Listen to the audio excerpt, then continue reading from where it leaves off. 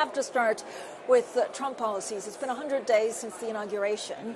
Like, where are we? We've seen a lot of volatility. How would you describe this moment in time? Well, first of all, thank you for having me, and it's good to be with you, here in Oslo. We're 100 days in, and I would say there are a handful of policy initiatives that are being put forward.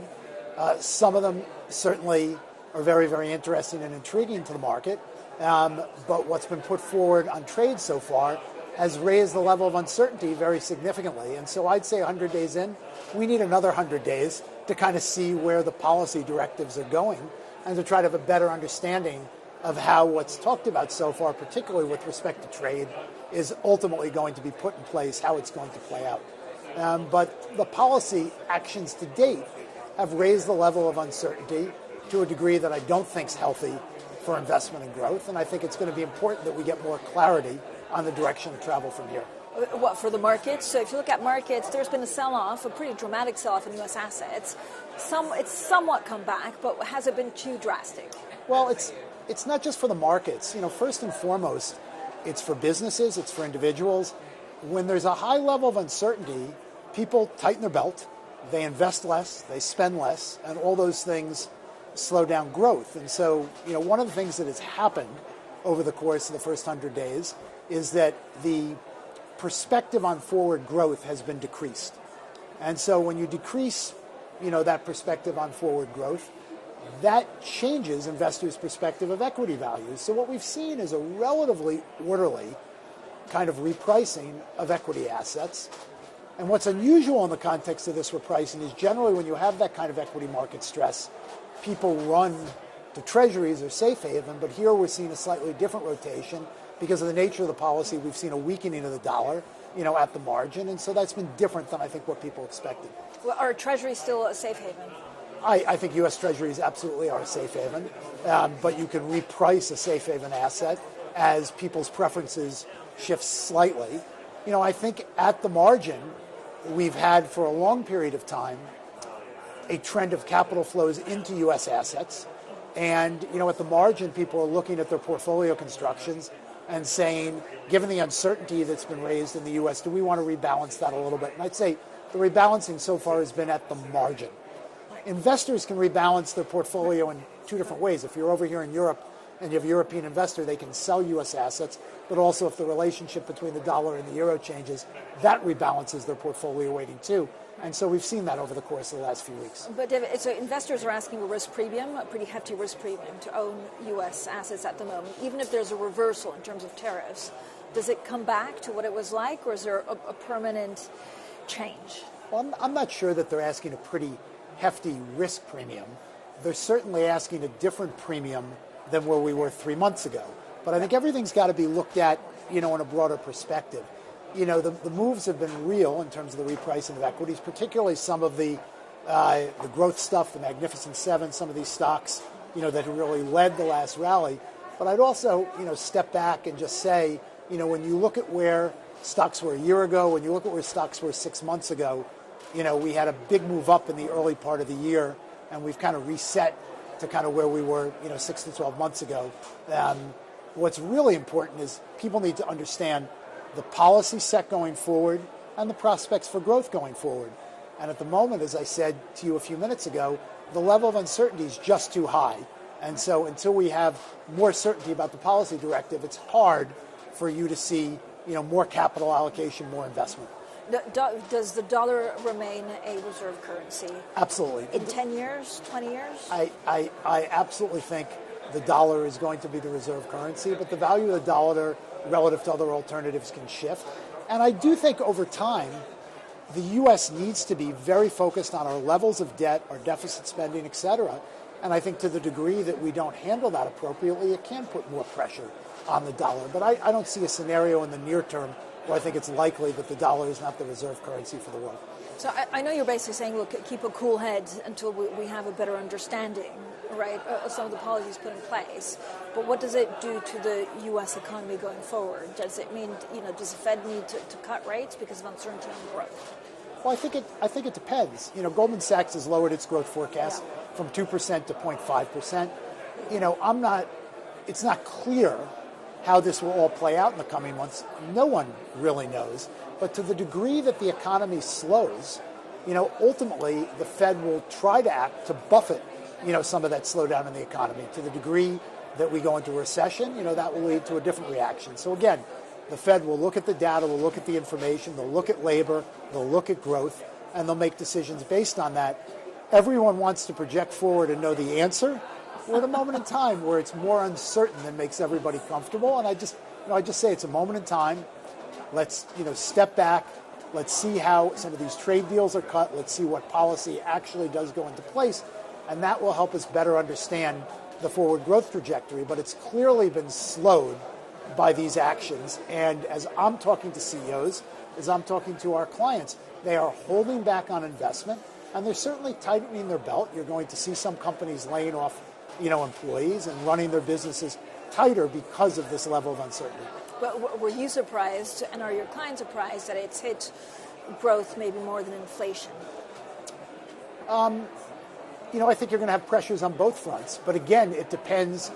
It's one thing to talk about reciprocal tariffs, but from an inflationary perspective, it actually depends on what tariffs go into place. With respect to growth, there's no question the uncertainty slows down growth. And so everyone's growth forecasts have come down. By the way, not just in the U.S., this affects global growth everywhere. And so the forward trajectory of growth, given the current policy initiatives, has slowed. And now we're going to have to wait and see how this all moves forward to have a clearer sense of how much, how long, et cetera. Where's China in all of this? Well, China's a hugely important trading partner, to the West, to the U.S., to Europe. At the moment, we're in the early stages of what I think is an obvious negotiation between the U.S. and China, and we need more clarity, but the current state of affairs is not sustainable, and so that's why I think there will be some change.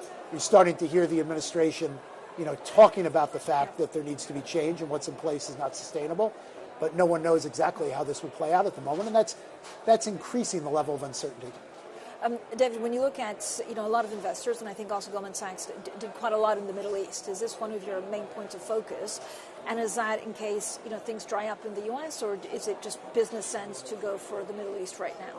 Well, the Middle East is a very, very interesting business opportunity for a firm like Goldman Sachs. They have enormous capital resources that they export around the world and they invest. We run a big asset and wealth management business, and there are many of these Middle Eastern nations and their pensions and their funds are partners of ours and other asset management firms all over the world.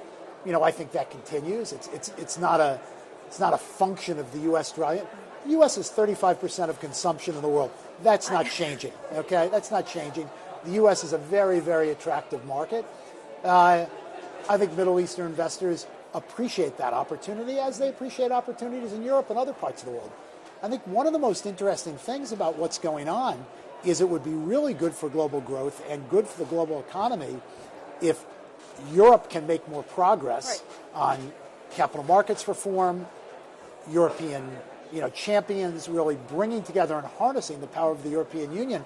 And one of the things I'm encouraged by as I'm over here visiting in Europe right now is I definitely take away a sense of resolve, of excitement about actually moving forward, breaking down some of the regulatory barriers that have been an inhibition to growth here. And I think that would be quite constructive. And more stimulative fiscal action here in Europe also would be quite constructive for growth. So, there are gives and gets, but it would be really terrific to see some progress on the economic trajectory of Europe holistically here. And I'm encouraged by some of the things I'm hearing from our clients over here. Where do you see opportunities in Europe? And again, is there like a 6-month window where if Europe doesn't get its act together, it's just too late? No, I think, there's never just a 6-month window. Okay, here or in the U.S., it's a great soundbite, but these are big, important economies. I do think that European growth has been hampered by a very complex regulatory environment, particularly in Brussels, and by a sense that many of the nations have acted, more nationalistically than holistically. I think given what's going on with the U.S., there's really a push to break down some of that regulatory bureaucracy, to really think about how European champions can be bolstered and there can be more investment. And I think that's a big opportunity. There's more tech innovation going on here.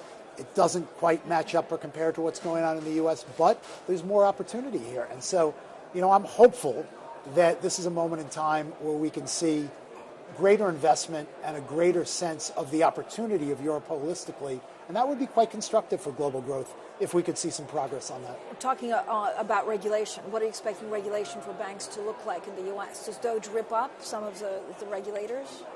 Well, I think we saw an enormous pendulum swing in the last 4 years toward a much tougher financial regulatory environment in the U.S. I don't think it was constructive. And I do think, from a positive perspective, this administration would like to reset that. I'm hearing some very constructive things along three fronts. One, obviously, is the leverage ratio, which is very, very important for the Treasury market.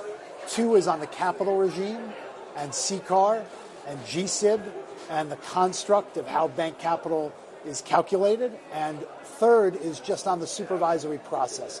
Supervisory process should be focused on ensuring that we have a safe and sound banking system, and it shouldn't get distracted into other areas. And so I'm encouraged by what I hear out of Treasury. I'm encouraged by what I hear more broadly. And so I do think there's an opportunity to take that pendulum, which really was an inhibitor to growth, free up some capital, get that capital recycled into the system, increase lending activity. And so I'm quite constructive that we're going to see some positive change on the front of financial regulation in the U.S. How quickly could that come? I think we'll see the beginnings of that in the coming months. And, certainly if you and I were sitting here a year from now, I would hope I could point to a handful of very specific things that have swung that pendulum back to a more constructive place. Do you think Europe then follows suit in deregulating at the margins, or otherwise it puts European banks in a very difficult position? Well, I think one of the issues for Europe is that the banking system in Europe has not come along over the last 15 years the same way as the U.S. banking system has.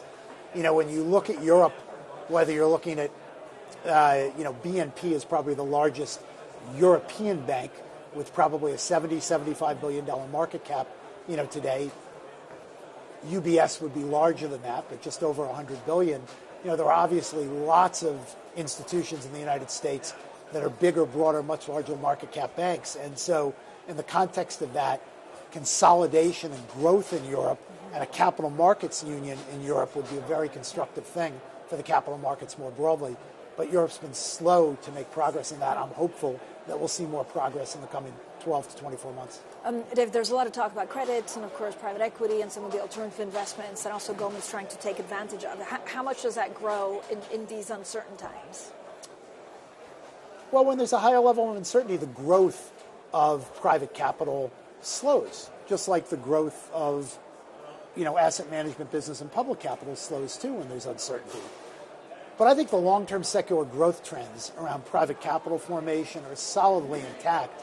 And if you step back and you step out of this moment in time, I think with a 5 or 10-year view, we still have very good secular growth in private capital formation. With respect to private credit, we haven't had a credit cycle in quite some time. If we have a real economic slowdown or ultimately a recession, you will have a credit cycle. We'll have to manage through that. But with a 5-10-year view, I still think growth in private capital formation is a long-term trend that's firmly in place.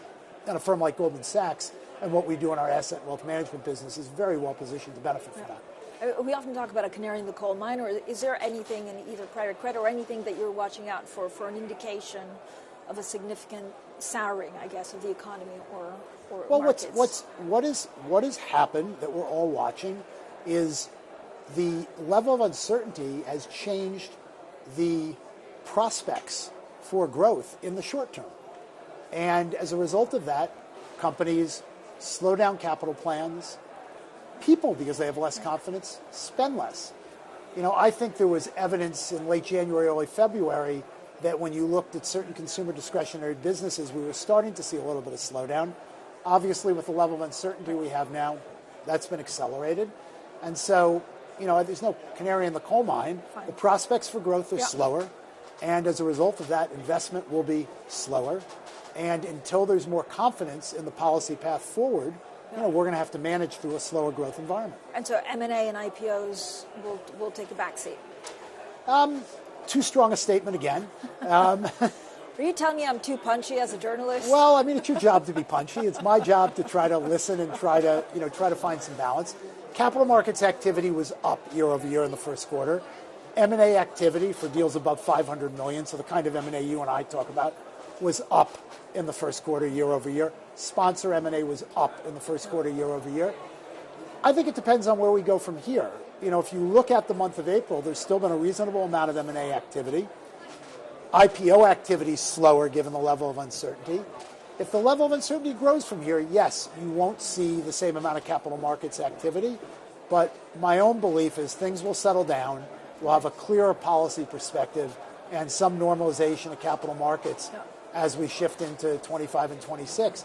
Even if we have a slower economy, or even far worse, we have a recession, ultimately, when the market adjusts to that and resets, people need to transact, they need to raise capital, they need liquidity for their investments. And so part of this is just a reset of expectations, and we're in the process of that happening. I mean, given all of this, where do you see hiring and firing in what divisions and where geographically at Goldman's? Well, I think this firm always, manages its headcount with a long-term perspective, and we will continue to do that.